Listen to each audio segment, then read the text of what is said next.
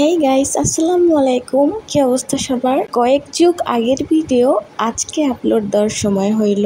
তো গিয়েছিলাম কাচ্চি ডাইনে, মানে পরীক্ষা দেওয়ার শেষে। তো আমার মতো গরিব মানুষ দুর্ভাগ্যবশত কাচ্চি ডাইনে চলে আসলে যা হয়, এক্সাম দিয়ে কোনো মতো তাড়াহুড়ো করে এইখানে চলে আসছি। মানে পরীক্ষার ধকল এখনো কাটে নাই, কোশ্চেন নিয়ে এখনো হাই হুতাশ করতেছি, কি করলাম কি লিখলাম, এই আর কি। তো আশেপাশের পরিবেশটা দেখেন কি পশ, অনেক বড় লোকজন এইখানে আসে আর কি। আমার মতো গরিব লোক এইখানে খুব একটা দেখাই যায় না। তো এই চুপচাপ বসে আছে, ওইটার ভাই কি খাবার দেয় না দেয়, এইখানে আয়নায় দেখতেছি তো আমার পুরা টনির মা লাগতেছে। তো যাই হোক, এইখানে চলে আসছি, অনেকক্ষণ হয়েছে। এখন মেনু কার্ড পড়ার পালা। মেনু কার্ড পড়তে গিয়ে আমি তো ডিপ্রেশনে চলে যাই, কোনটা অর্ডার দিব না দিব। এ তো কোশ্চেন পড়ার থেকেও কঠিন কাজ আমার কাছে। তো আমাদের কাচ্চি কিন্তু একটা টাইমে চলে আসছে, আর এইখানে যা কোয়ান্টিটি আছে 3 জন ভরপেট খাওয়া যাবে। তো আমি তো এমনিতেই একটার সময় আসছি পরীক্ষা দিতে, এক্সাম দিয়ে বের হইতে